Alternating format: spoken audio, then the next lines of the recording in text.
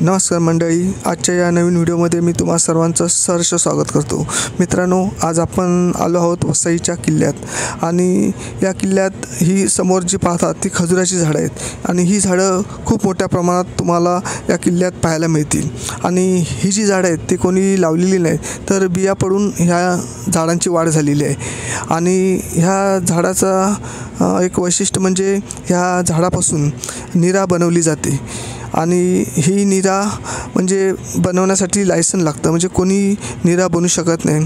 तसंच ताडीमाडी जी बनते ती म्हणजे माडी जी बनते ती आपल्या कोकणात जी नारळाची झाडं असतात बघा, त्याला नारळाच्या झाडाला माड असं म्हणतात आणि ह्या माडापासून माडी बनते। आणि जी ताडाची झाडं असतात, जे आपण ताडगोळे खातो बघा, त्या ताडाच्या झाडापासून ताडी बनते। म्हणजे हा माडी आणि ताडीमधला फरक।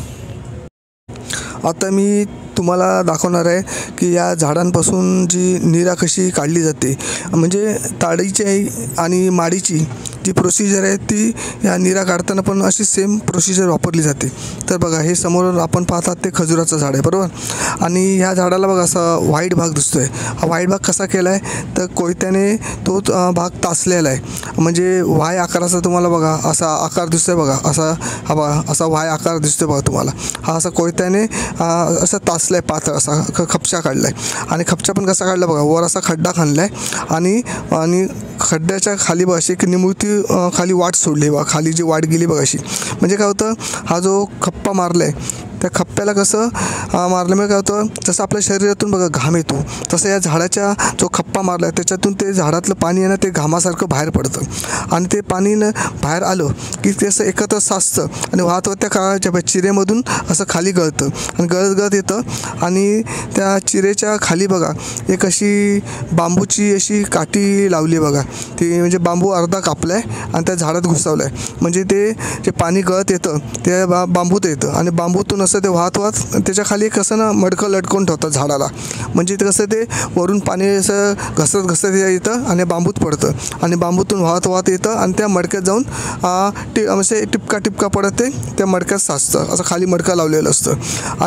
आणि ही जी प्रोसिजर आहे ती संध्याकाळी 4 नंतर केली जाते। म्हणजे ते जो झाडाला तासतात ना ते संध्याकाळी 4-5 वाजता तासतात, कारण कसं सूर्य मावळत असतो आणि कसं जर दुपारी तासलं तर कसं जे पाणी सुटणार ते सूर्याच्या उष्णतेमुळे कसं उडून जाणार आणि त्यामुळे पाणी झाडातून गळणार नाही आणि म्हणजे पाझरणार नाही। त्यासाठी ही संध्याकाळी 4 वाजता ते झाडाचे ती वरची ती साल आहे ती कोयत्याने तासली जाते आणि मग संध्याकाळी 4 वाजता ते झाडातून पाणी पसरतं आणि रात्रभर ते पाणी असं पाझरत असतं आणि टिपका म्हणजे एक थेंब पडत ते रात्री ते मडकं म्हणजे भरून जातं। आणि मग कसं मग सकाळी म्हणजे कसं सूर्य उगवायच्या आधी ते झाडावरचं मडकं असतात ते लोक मग त्या झाडावरून खाली उतरवतात, कारण कसं सूर्य उगवायच्या आत ते काढावं लागतं। आणि कारण सूर्य उगवल्याच्या नंतर जर तुम्ही काढलात तर त्याची जी नीरा किंवा माडाच्या झाडावरची माडी किंवा ताडाच्या झाडावरची ताडी जी असते ती सूर्य उगवल्याच्या नंतर जर काढली तर ती आंबट होते आणि ती आंबट झाल्यामुळे कसं त्याच्यामुळे कसं जर पिली तर नशा येते, त्यामुळे ते आंबट झालेली जी ताडी माडी किंवा नीरा उपयोगाची नसती। म्हणून सूर्य उगायच्या आधी ती झाडावरनं मडकी असतात ती खाली काढली जातात आणि त्याची जी ताडी असतात ती माडी असते नीरा ते उपयोगात आणलं जातं। ही ताडी माडी आणि नीरा हे आपल्या शरीरासाठी खूप फायदेशीर आहेत, पण जेव्हा ते ओरिजिनल असतील तेव्हा, कारण या ताडीमुळे आणि माडीमुळे कसं शरीरातील आपली जी उष्णता असते ती बाहेर फेकली जाते। तसंच ज्यांना मूतखड्याचा त्रास असतो त्यांनी जर अशी ओरिजिनल ताडी माडी खाली तर त्यांच्या शरीरातील मूतखडा लघवी वाटे बाहेर पडून जातो आणि आराम मिळतो। पण कसं पुष्कळ वेळा काय होतं, ही जी ताडी माडी असते ना ती भेसळयुक्त केली जाते, त्यात भेसळ केली जाते। त्यामुळे कसं त्यात काय करतात ते तंबाखूचं पाणी मिक्स करतात, त्यामुळे कसं तंबाखूचं पाणी मिक्स केल्यामुळे हे कशी आपल्या शरीराला घातक ठरू शकतं। त्यामुळे कसं जर ओरिजिनल मिळेल तसेल ताडी माडी तर शरीरासाठी खूप चांगली आहे। आमच्या कोकणामध्ये एक एस टी बस आहे सावंतवाडी कुणकेश्वर, म्हणजे ती सावंतवाडीवरून 3:30ला सुटते आणि कुणकेश्वरला 6:30-7 वाजता संध्याकाळी पोचते आणि ती गाडी तिथे कुणकेश्वरला वस्तीला थांबते रात्रभर आणि सकाळी ती कुणकेश्वरून 7 वाजता निघते सावंतवाडी यायला। म्हणजे त्या गाडीचं नाव नंतर असतं कुणकेश्वर सावंतवाडी। म्हणजे ह्या गाडीतून माडी विक्रीकरिता सावंतवाडीला घेऊन जातात. आणि कसं माडी विक्रीसाठी परवाना लागतो, म्हणजे कोणी माडी विकू शकत नाही, असे काही नियम असतात.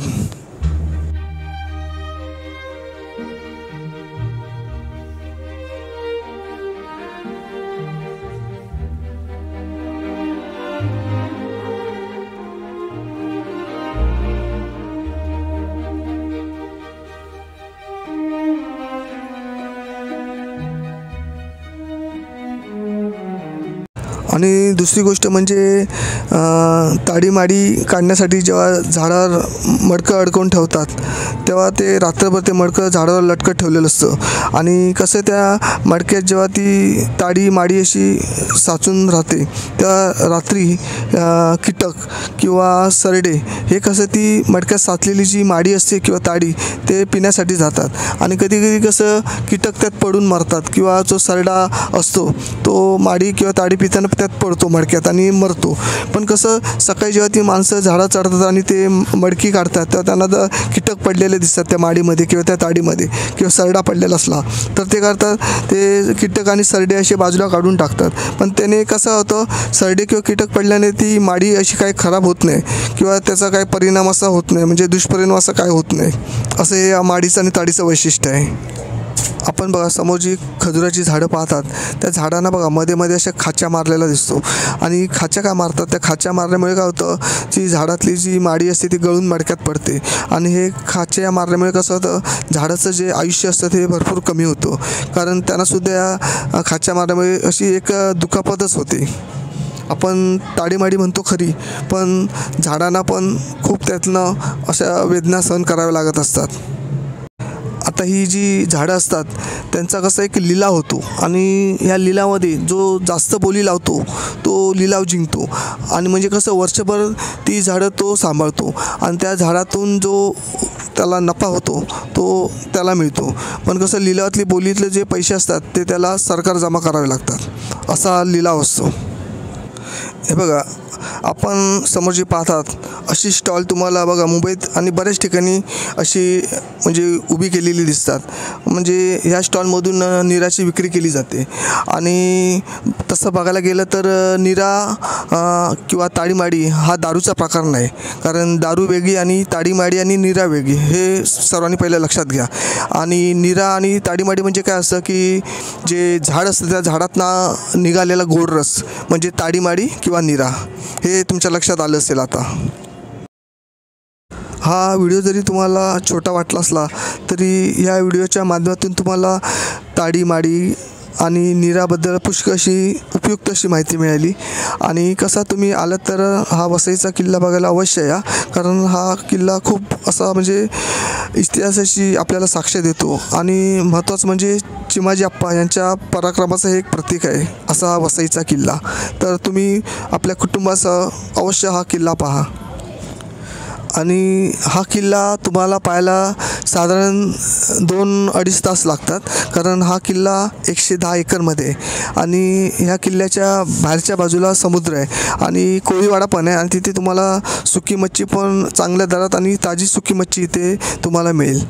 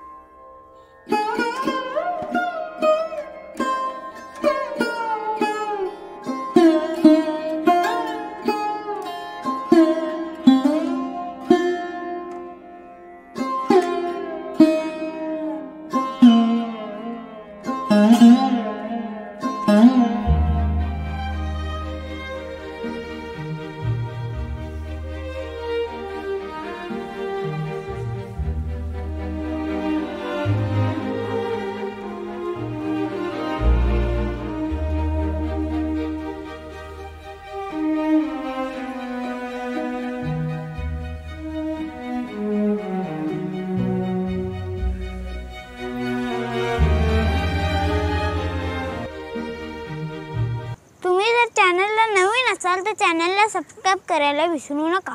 बाजूची बेल आयकॉन असेल त्यांना नक्कीच दाबा. आपले नवीन व्हिडिओ बघायला मिळेल.